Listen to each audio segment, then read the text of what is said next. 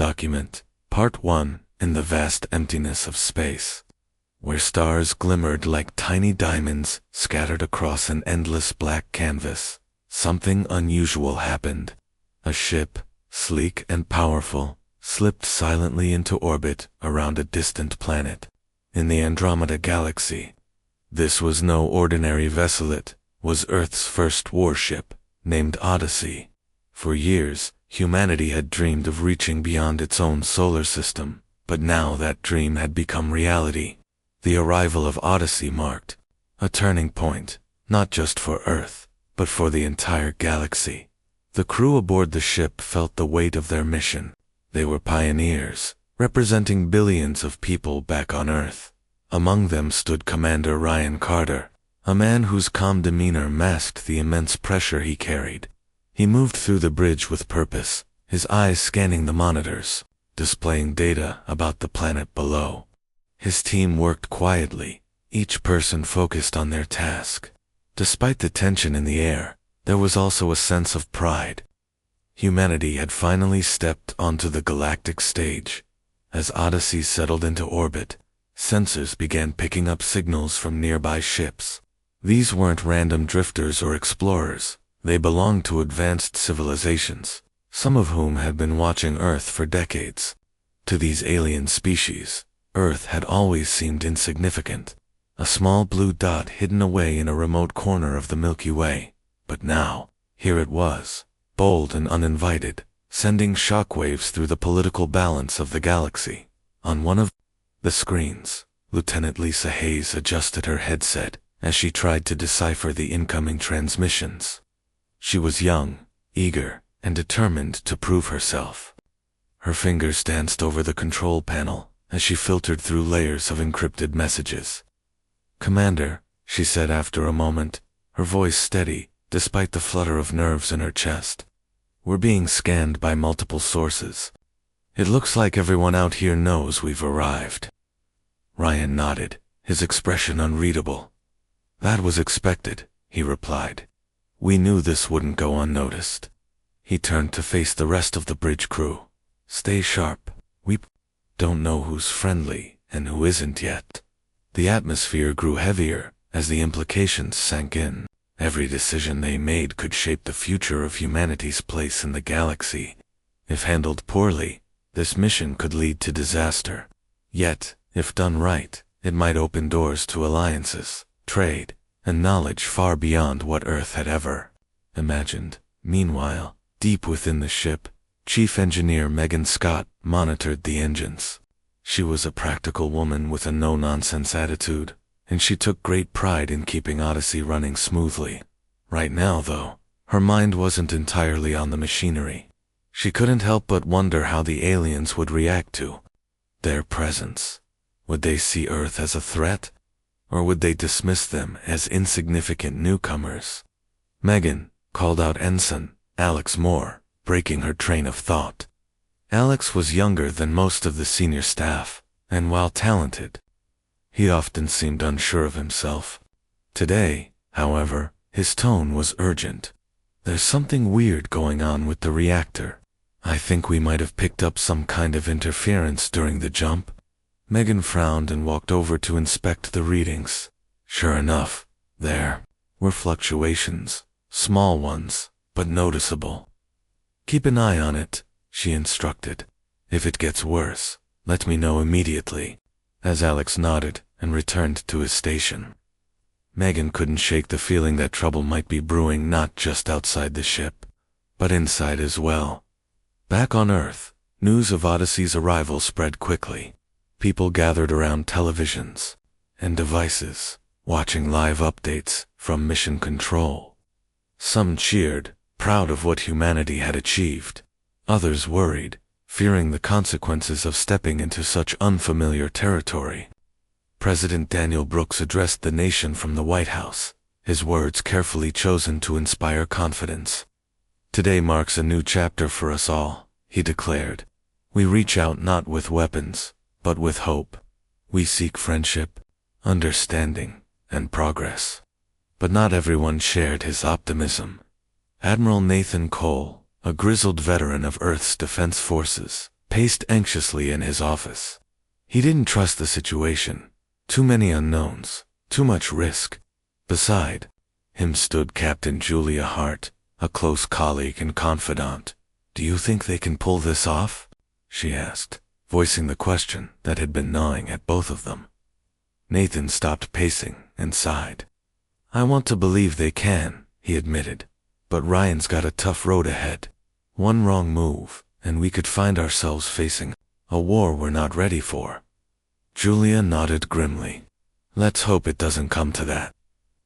While Earth watched and waited, the aliens surrounding Odyssey debated among themselves. The Keleth Concord, a coalition of several advanced species, convened an emergency meeting to discuss the sudden appearance of this strange new player.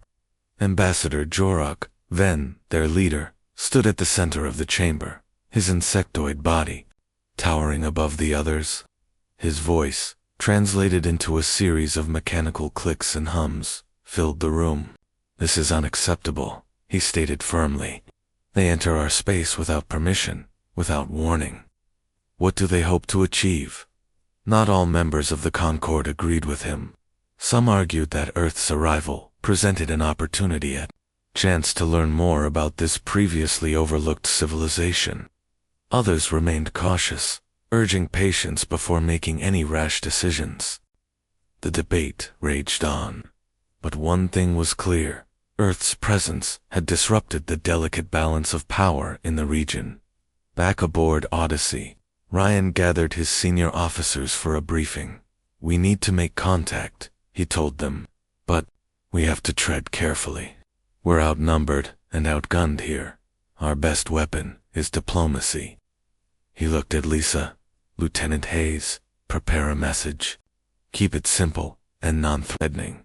Let them know we're here to explore, not to conquer." Lisa nodded, already mentally drafting the words she would use. As she left the room, Ryan turned to Megan. "How are the engines holding up?" "So far, so good," Megan replied. "But those fluctuations are still bothering me.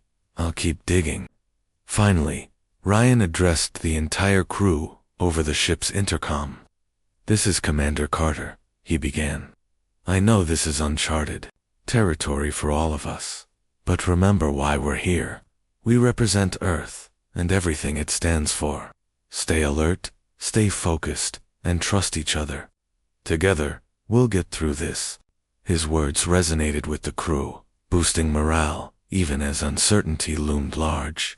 Outside the ship, the galaxy held its breath, waiting to see what Earth would do next. For better or worse, humanity's story among the stars had begun, and it was only the beginning. Document Part 2. Lieutenant Lisa Hayes sat at her station on the bridge of Odyssey, her fingers hovering over the holographic controls. Her task was clear, but daunting: establish communication with the dominant species in the Andromeda system. The crew had already detected multiple alien signals, some of which seemed to be directed toward them. It was a moment filled with tension and possibility. For Earth, this was the first real step into interstellar diplomacy. For Lisa, it was a chance to prove herself. She took a deep breath and activated the ship's transmitter. Her voice was calm, though her heart raced beneath her uniform. "This is Lieutenant Lisa Hayes of the Earth vessel Odyssey. We come in peace and seek to open a dialogue with the inhabitants of this system." She repeated the message in several languages, using translation algorithms designed by Earth's top linguists. The words echoed into the void, carried by invisible waves of energy. For several minutes, there was no response. The silence felt heavy, almost oppressive. On the bridge, the crew exchanged glances, their expressions a mix of hope and unease. Commander Ryan Carter stood near Lisa's station, his arms crossed, as he watched the monitors intently. He didn't speak, but his presence was reassuring. Lisa appreciated that he trusted her to handle this critical moment. Then, suddenly, the screens flickered. A signal came through, faint at first, but growing stronger. Lisa's eyes widened as she adjusted the settings to clarify the transmission. The voice that emerged was unlike anything any of them had ever heard. "Low. resonant and mechanical, as if spoken through a device rather than naturally. "You are not welcome here," it said, its tone cold and unwavering. Lisa froze for a split second before responding. "We mean no harm," she replied, choosing her words carefully. "Our mission is one of exploration and understanding. We wish to learn about your people and share knowledge."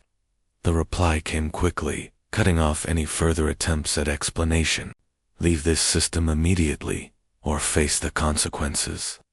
There was no room for negotiation in those words. No hint of curiosity or openness. Ryan stepped forward, leaning over Lisa's shoulder to study the data. "Can we identify the source?" he asked quietly. Lisa nodded and brought up a map of the surrounding space. A cluster of ships appeared on the screen, positioned strategically around Odyssey.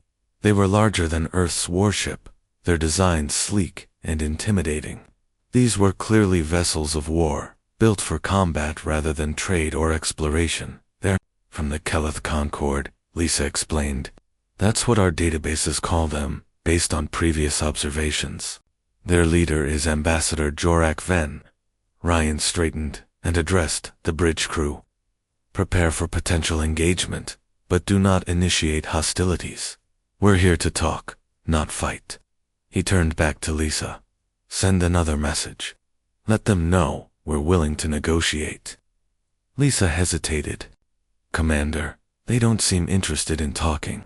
"I know," Ryan said firmly, "but we have to try. If we can show them we're serious about peace, maybe we can avoid conflict." With a nod, Lisa composed another message. This time, she included imagery, a visual representation of Earth, its landscapes, cities, and people. She hoped these images might convey humanity's intentions more effectively than words alone. When the message was sent, the crew waited anxiously for a response. Minutes passed, each one feeling longer than the last. Finally, the transmission returned, and this time, it included a video feed.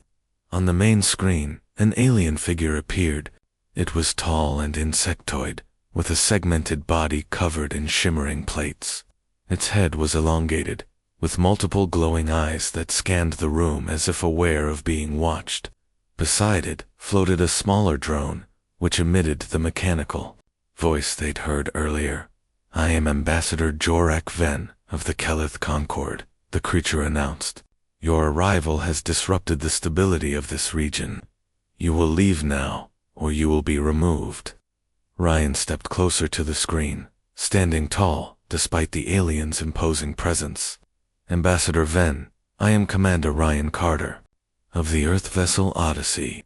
We understand your concerns, but we are not here to cause trouble. Our goal is peaceful interaction. Surely, there is room for discussion." Ven's expression, or what passed for an expression on his alien face, remained unreadable. "Earth is a primitive world," he stated bluntly. "Your technology is inferior, your influence negligible. Why should we waste time negotiating with you?" The insult stung, but Ryan kept his composure. "Primitive or not, we have made great strides in recent years. Our arrival here proves that. We respect your position, but we also ask for yours. Dismissing us outright serves no one." There was a pause, during which Ven seemed to consider Ryan's words. Then, without warning, the transmission cut off. The screen went dark, leaving the bridge crew in stunned silence. "Well, Megan," muttered from her station, where she had been monitoring the ship's systems. "That could have gone better." Ryan let out a slow breath. "It's not over yet," he said. "They haven't attacked us, which means they're still considering their options. Let's focus on staying ready." As the crew resumed their duties, Lisa couldn't shake the feeling that something was missing. She replayed the conversation in her mind, analyzing every word and gesture. Something about Ven's demeanor struck her as odd, not just hostile, but calculated. It was as if he were testing them, probing for weaknesses. "Commander," she said after a moment, turning to Ryan, "do you think they're bluffing about forcing us to leave? I mean..." Ryan raised an eyebrow. It's possible, but we can't assume anything. For now, we prepare for both outcomes. While the crew worked to fortify the ship's defenses, Ensign Alex Moore found himself struggling with guilt. He had been tasked with maintaining the reactor core, ensuring it remained stable under any circumstances. But his thoughts kept drifting back to the deal he'd made months ago, the one he hadn't told anyone about. The Orion Syndicate had promised him wealth beyond imagination if he sabotaged Earth's mission. They'd said it would be easy, painless even. But now, faced with the reality of working alongside people who trusted him, Alex felt torn. He glanced around the engine room, where Megan was busy running diagnostics. She trusted him too, just like everyone else. How could he betray them? Yet the thought of crossing the Syndicate terrified him. They were powerful, ruthless. If he backed out now, they wouldn't hesitate to destroy him and, possibly his family. Back on Earth, Alex, Megan called, snapping him out of his thoughts. Focus. We need to stabilize these fluctuations before they become a problem. Right, Alex said, forcing a smile. Got it. Elsewhere on the ship, Lieutenant Paul Evans, the head of security, monitored the external sensors. He was a cautious man by nature, always expecting the worst. Right now, his instincts were screaming at him. The Kelith ships hadn't moved, but their positioning suggested they were preparing for something. Whether it was negotiation or attack, Paul couldn't say. All he knew was that Odyssey needed to be ready. Back on Earth, President Daniel Brooks held another press conference to address the situation. Cameras flashed as reporters fired questions about the standoff in Andromeda. Is war inevitable? One journalist demanded. Brooks shook his head. War is never inevitable. We remain committed to peaceful resolution, but we will not back down if provoked. Humanity has earned its place among the stars, and we will defend it. Admiral Nathan Cole watched the broadcast from his office, his expression grim. Defend it with what? He muttered to Captain Julia Hart, who stood nearby. One ship against a coalition of advanced species. We're playing a dangerous game, Julia placed a hand on his shoulder. Have faith in Ryan and his crew. They've handled worse situations before. Nathan sighed. I hope you're right. Meanwhile, aboard Odyssey, tensions continued to rise. The crew worked tirelessly, preparing for whatever might come next. Despite the uncertainty, there was a sense of unity among them.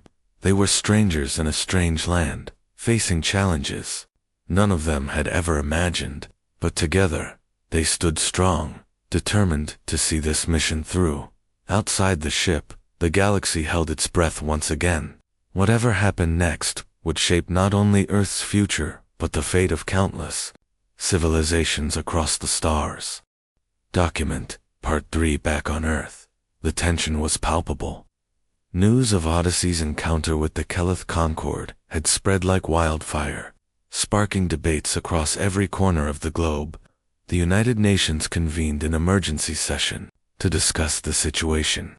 President Daniel Brooks stood at the podium, addressing representatives from nations around the world. His face was calm, but his voice carried a weight that reflected the gravity of the moment.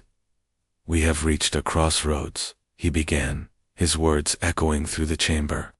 For centuries, humanity has looked to the stars and dreamed of what lies beyond.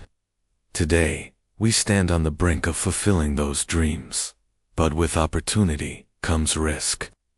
Our mission in Andromeda is not just about exploration, it's about proving that we belong among the stars. His speech was met with a mix of applause and murmurs of dissent. Some delegates supported the mission wholeheartedly, praising it as a bold step forward for humanity. Others were skeptical, questioning whether Earth was truly ready for such a monumental leap. Among them was Senator Laura Griffin, a vocal critic of the program. She rose to her feet, her expression stern.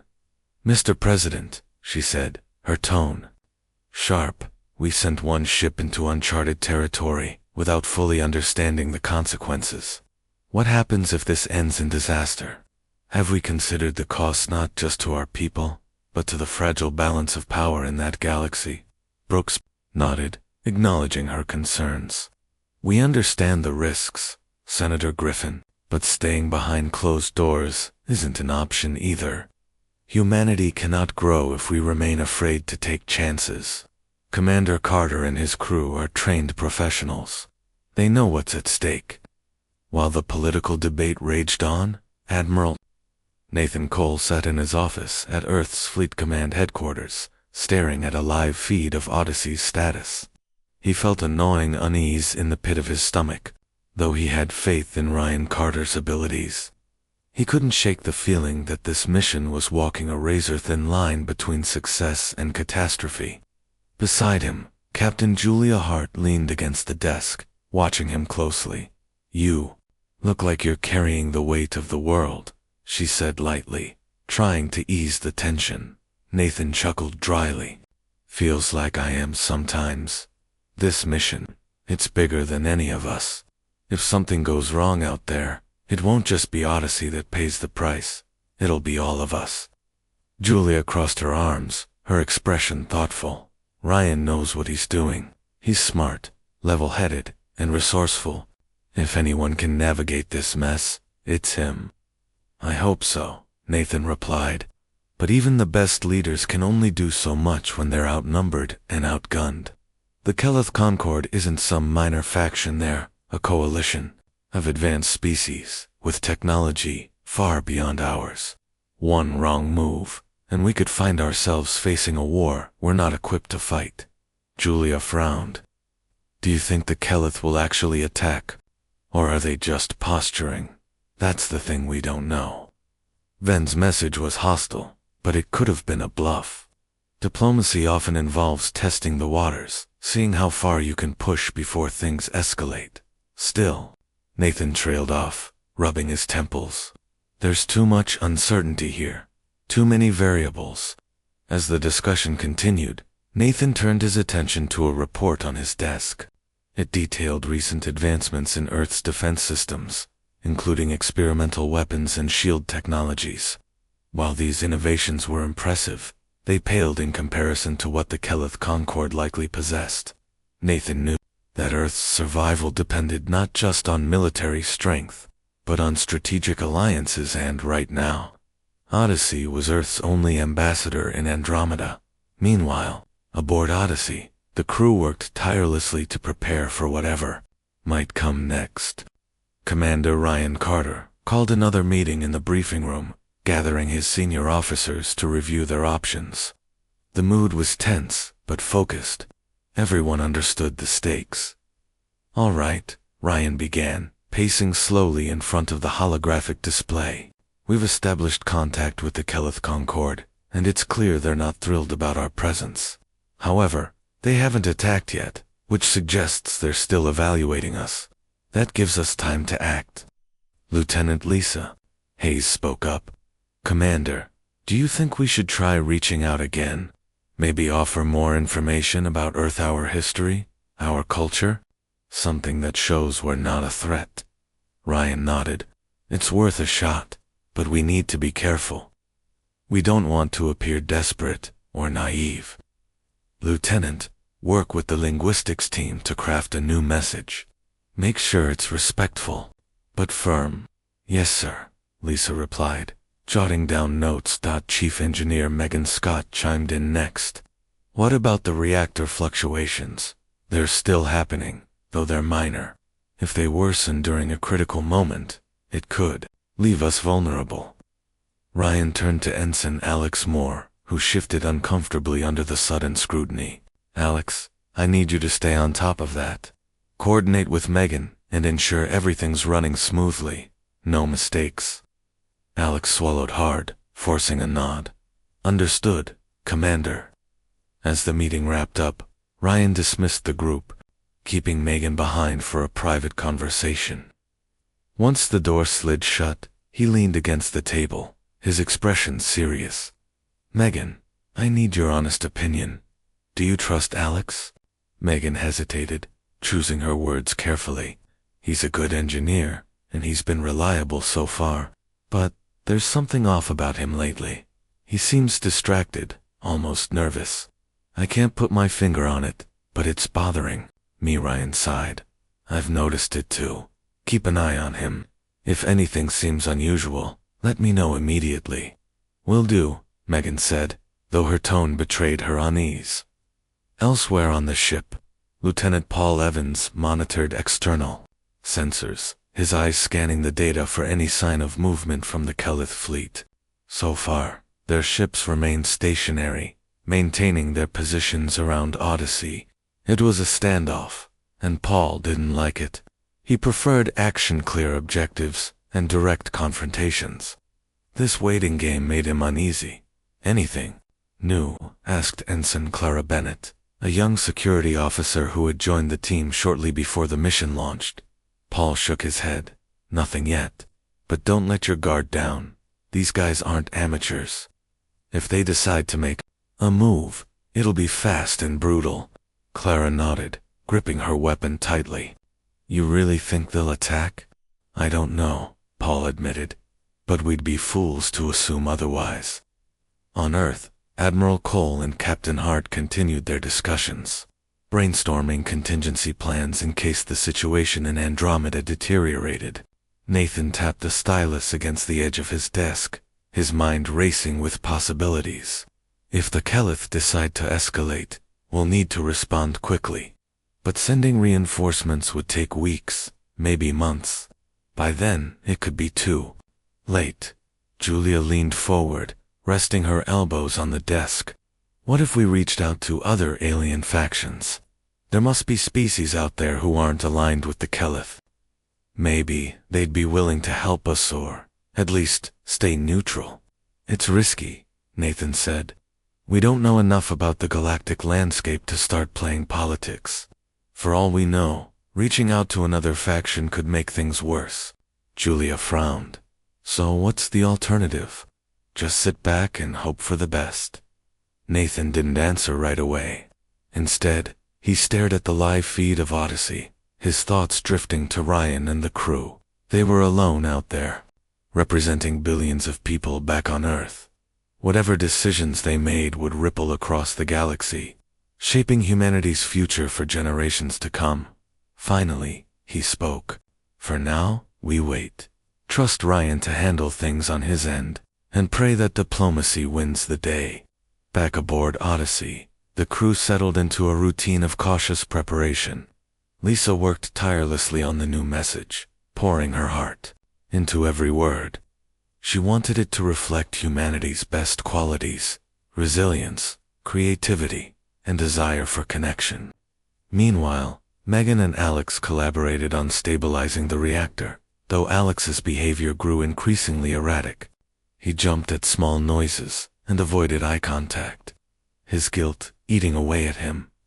One evening, as the rest of the crew rested, Alex found himself alone in the engine room. He stared at the glowing core, his mind racing with conflicting thoughts. Could he really go through with the Syndicate's plan? Or was there still a chance to make things right? Before he could decide, the ship's alarms blared, startling him. On the bridge, Ryan and his team scrambled to assess the situation. A small fleet of unknown ships had entered the system, moving swiftly toward Odyssey. Their designs were unfamiliar, unlike anything in Earth's database. Who are they? Ryan demanded, his voice sharp. Lisa checked the sensors. Unknown origin, Commander. They're hailing us. Ryan nodded. Put them on screen. The main monitor flickered to life, revealing a human-like figure seated in what appeared to be the cockpit of a battered freighter. The individual introduced themselves as Samira Khan, a rogue trader operating in the region. Her tone was casual, almost playful, but her eyes held a spark of intelligence. Hey there, Earth folks, she said with a grin. Mind if I drop by? I've got some info you might find useful. Ryan exchanged glances with his officers. This unexpected visitor added yet another layer of complexity to an already volatile situation.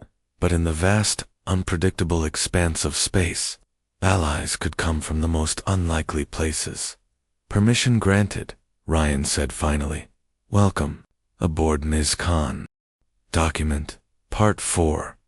Samira Khan stepped onto the deck of Odyssey, her boots clicking softly against the metal floor. She was a striking figure, tall and lean, with sharp features framed by a cascade of dark curls. Her outfit was a mix of practicality and flair, a patched-up flight suit adorned with colorful insignias from various alien factions. Around her neck hung a pendant shaped like a starburst, its surface etched with strange symbols. Despite her casual demeanor, there was an air of confidence about her, as if she'd seen too much of the galaxy to be easily intimidated.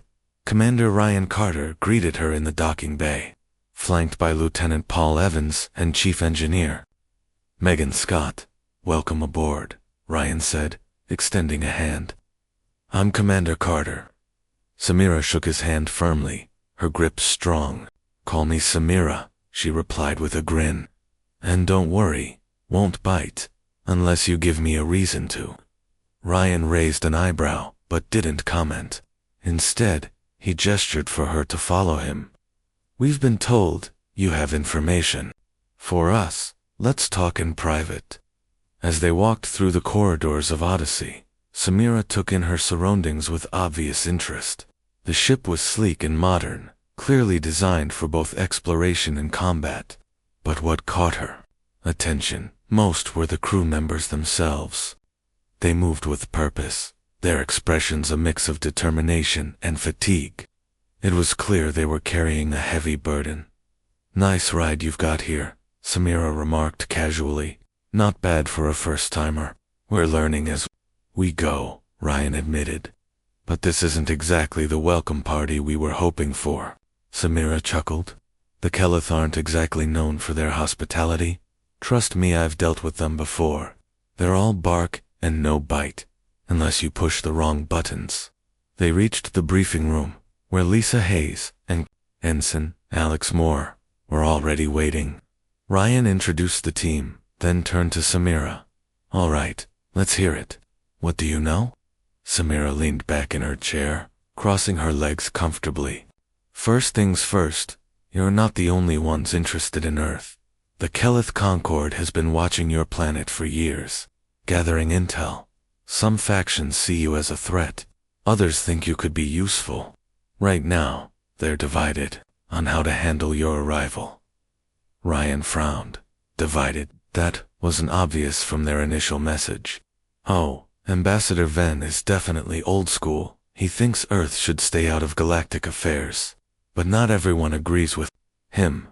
There are moderates within the Concord who see potential in working with you. Problem is, Venn's got the military backing him, so he's calling the shots for now." Lisa interjected, her voice eager. "If there are moderates, maybe we can reach out to them directly. Show them we're willing to cooperate." "It's not that simple," Samira warned. "Venn's got spies everywhere. If word gets out that you're trying to undermine him, it'll make things worse. You need to play this carefully." Ryan nodded thoughtfully. "What else can you tell us?" Samira hesitated for a moment, then leaned forward, lowering her voice. "There's something else you should know. The Zanari Flita, military arm of the Kalithas, planning a series of probing attacks. Nothing major, just enough to test your defenses. They want to see how far they can push you without starting a full-blown war." Megan stiffened at the news. "Probing attacks? That doesn't sound good." "They're testing us," Ryan murmured, more to himself than anyone else, trying to figure out if we're bluffing. Samira nodded. "Exactly. And trust me, they'll come hard and fast. You'll need to be ready." Ensign Alex Moore shifted uncomfortably in his seat, his mind racing. This new information added another layer of pressure to an already tense situation. He glanced at Megan, who was busy jotting down notes, and felt a pang of guilt. How could he possibly sabotage the ship when everyone was counting on him? After the meeting, Ryan thanked Samira for her insights and offered her quarters to rest. She accepted graciously, though her sharp eyes lingered on Alex as she left the room. Once she was gone, Ryan turned to his team. "All right, people, we've got work to do.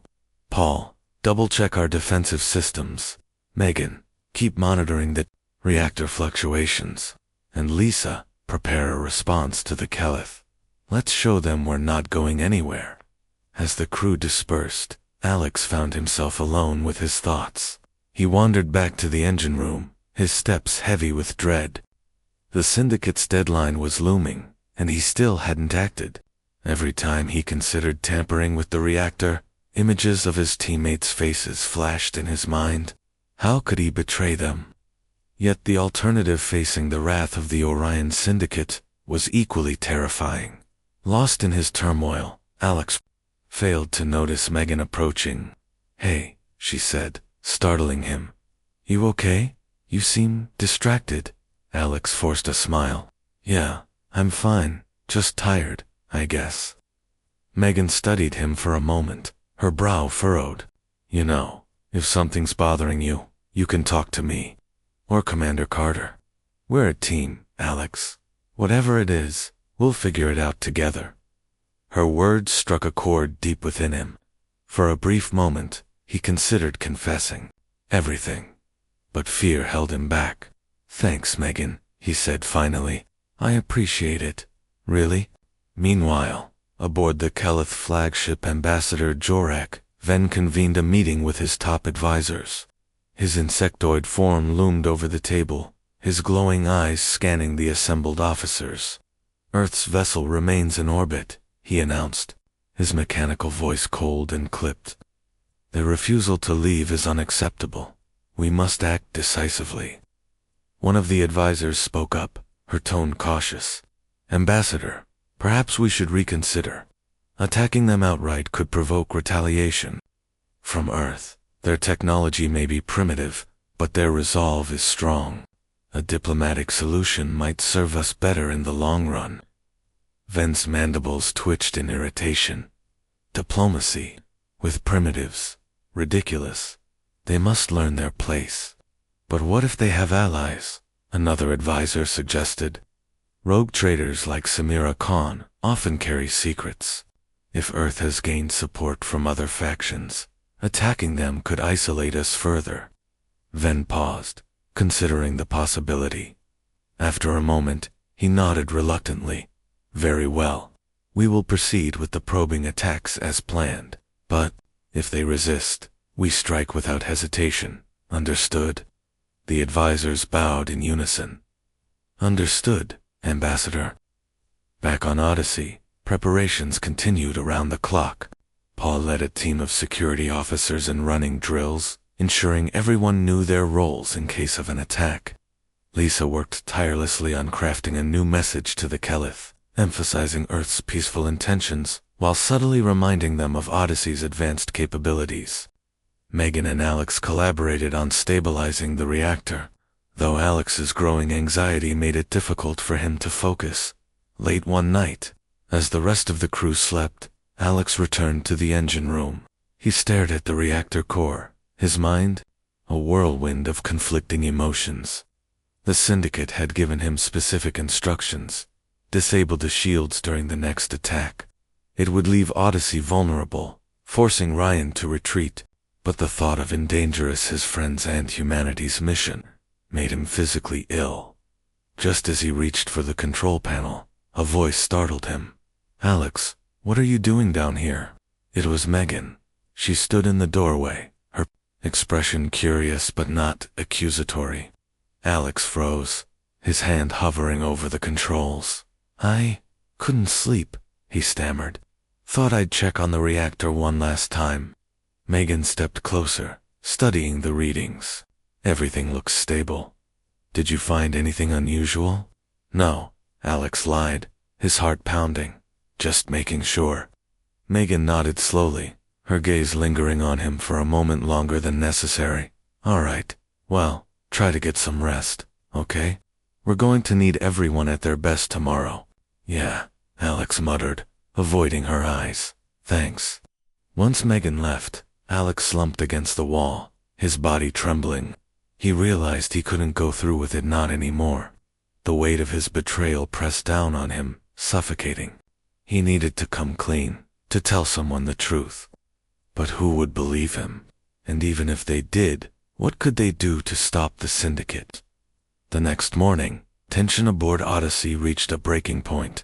Sensors detected movement from the Kelith fleet, confirming Samira's warning. Probing attacks were imminent.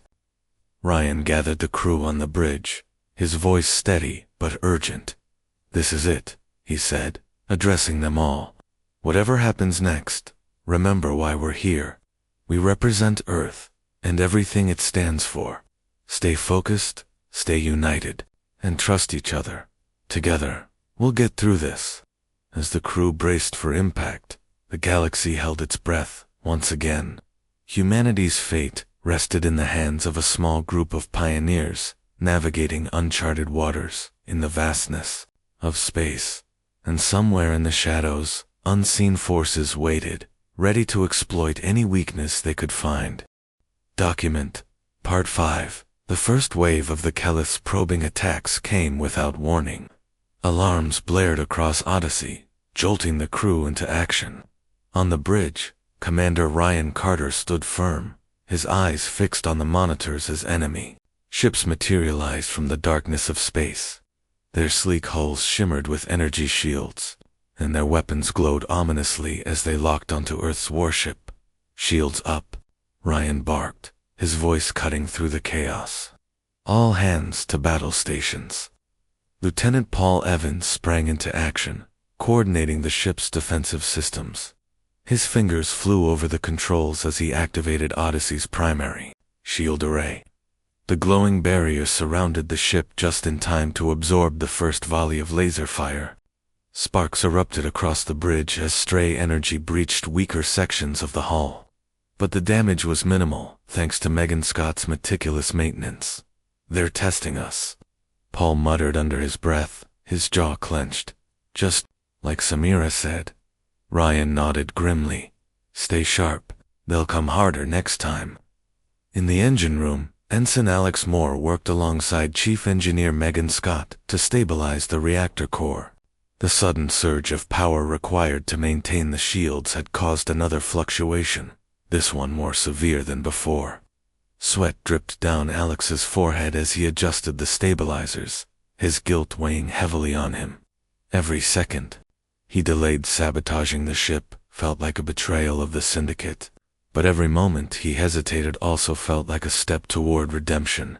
"Alex," Megan snapped, pulling him out of his thoughts. "Focus. We can't afford any mistakes right now." "Sorry," Alex mumbled, forcing himself to concentrate. He knew that if the reactor failed, everyone aboard would be in danger. For now, at least, his loyalty to the crew outweighed his fear of the syndicate. Back on the bridge, Lieutenant Lisa Hayes monitored incoming transmissions from the Kelith fleet.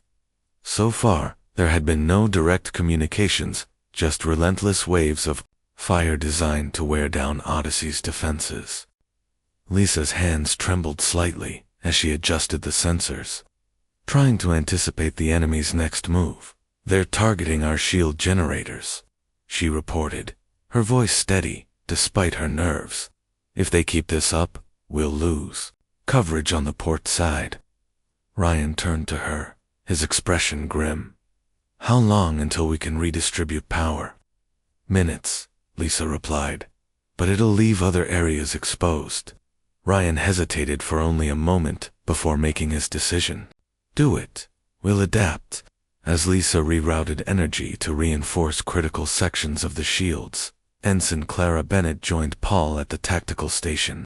Her youthful face was pale, but her determination shone through. "What's the plan?" she asked, gripping her console tightly. "We hold our ground," Paul answered firmly. "They want to see how far we can bend before we break. Let's show them we don't break easily." The second wave of attacks hit, moments later, more intense than the first. Explosions rocked the ship as the shield struggled to absorb the barrage. Panels sparked, and consoles overloaded, forcing some crew members to abandon their stations temporarily.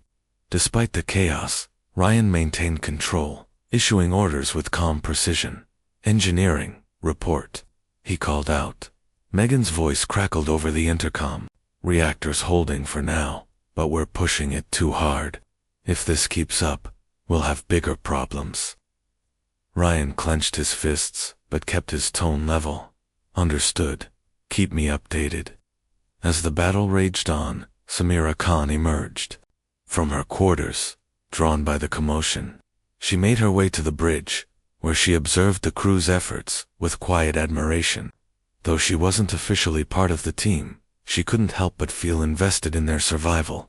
After all, if Odyssey fell, her chances of profiting from this encounter would vanish along with it. You're doing better than I expected, Samira remarked casually, leaning against a wall near Ryan. Most rookies would have panicked by now. Ryan spared her a brief glance. We're not most rookies, Samira smirked. Clearly. Still, you might want to consider deploying your drones. They could buy you some breathing room. Ryan frowned. Drones? What are you talking about? The EMP-equipped ones, Samira explained. I noticed them during my scan of your ship. If you deploy them strategically, they could disable some of the enemy vessels long enough for you to regroup. Ryan's eyes narrowed as he processed her suggestion. It was risky. The drones were experimental, and using them could reveal Earth's technological capabilities to the Keleth. But desperate times called for desperate measures. Lisa, prepare the drones, he ordered. Target their lead ships. Yes, sir, Lisa replied, already working on the deployment sequence. Moments later, several small drones launched from Odyssey's docking bay. They darted through the battlefield like insects, emitting pulses of electromagnetic energy that disrupted the Keleth ship's systems. One by one, the enemy vessels faltered, their weapons going dark as their shields collapsed. On the Keleth flagship, Ambassador Jorak Ven watched the unfolding scene with growing frustration. His advisors scrambled to explain the sudden turn of events, but Ven silenced them with a sharp gesture. Earth's technology is more advanced than we anticipated, he admitted grudgingly. But this changes nothing. Continue the assault. Despite Ven's orders, the probing attacks began to taper off as the disabled ships retreated to regroup. Back aboard Odyssey, the crew let out a collective sigh of relief, but the victory was short-lived. The strain of the battle had taken its toll on the ship's systems, and alarms continued to blare throughout the vessel. Megan rushed onto the bridge, her face flushed with urgency. Commander, we've got a problem. The reactor's overheating. If we don't vent excess energy, soon, it could go critical. Ryan's heart sank. Venting will leave us vulnerable. Can we delay it? Megan shook her head. Not without risking a meltdown. We don't have a choice. Ryan gritted his teeth, but gave the order. Do it. Everyone else, prepare for potential follow-up attacks. As Megan returned to the engine room, Alex stayed behind to assist her. His mind raced with conflicting emotions. This was his chance. He could sabotage the venting process, leaving the ship defenseless. But as he looked at Megan, who was working tirelessly to protect the crew, he realized he couldn't do it. Not anymore. I'll handle the manual overrides, Alex offered, stepping forward. You focus on monitoring the core. Megan glanced at him, surprised but grateful. Thanks, Alex. I need all the help I can get. Together, they managed to stabilize the reactor, just as the vents released a burst of energy into space. The process left Odyssey momentarily exposed, but the Keleth fleet had withdrawn for the time being. The reprieve allowed the crew to assess the damage and begin repairs. Later, as the adrenaline subsided, Ryan gathered his senior officers in the briefing room. The mood was somber, but resolute. We held our ground today, he said, addressing the group. But this isn't over. The Keleth will be back, and they'll bring everything they've got. We need to be ready. Samira, who had joined the meeting uninvited, raised an eyebrow. You're lucky they pulled back when they did. Ven's not known for his patience. Next time, he'll aim to cripple you, not just test you. Ryan nodded. Then we'll adapt. Megan, what's the status of the reactor? It's stable for now, Megan replied. But we're pushing it to its limits. Another attack like that, and we might not recover so easily. And the shields? Ryan asked, turning to Paul. Still functional, but weakened, Paul admitted. We'll need time to reinforce them fully. Ryan sighed, rubbing his temples. Time is something we don't have. Lisa, any word from the Kelith? No, Lisa answered. They've gone silent again. That won't last, Ryan predicted. We need to stay ahead of them. Ideas. Samira leaned forward, her expression serious. There's one thing you haven't tried yet, reaching out to the moderates within the Concord. If you can convince them that working with Earth benefits everyone, they might pressure Ven to back off. Ryan considered her suggestion carefully. It's risky. If Ven finds out, he'll see it as an act of aggression. But it's worth considering, Lisa added. Even a small alliance could tip the balance in our favor. Ryan nodded slowly. All right, start drafting a message to the moderates. Make it clear we're open to cooperation, but don't give away too much. We still need to play this carefully. As the meeting concluded, Alex lingered behind, his guilt eating away at him. He knew he couldn't keep his secret forever, but confessing now would only add to the chaos. Instead, he resolved to prove himself to earn the trust of his teammates and make amends for his past mistakes. Outside the ship, the galaxy remained eerily quiet. The Kelith fleet had retreated, but their presence loomed large in the minds of Odyssey's crew. Humanity's journey into the stars had barely begun, and already it was shaping up to be a fight for survival. Yet amidst the uncertainty, there was a glimmer of hope, a belief that even in the vastness of space, courage and unity could prevail.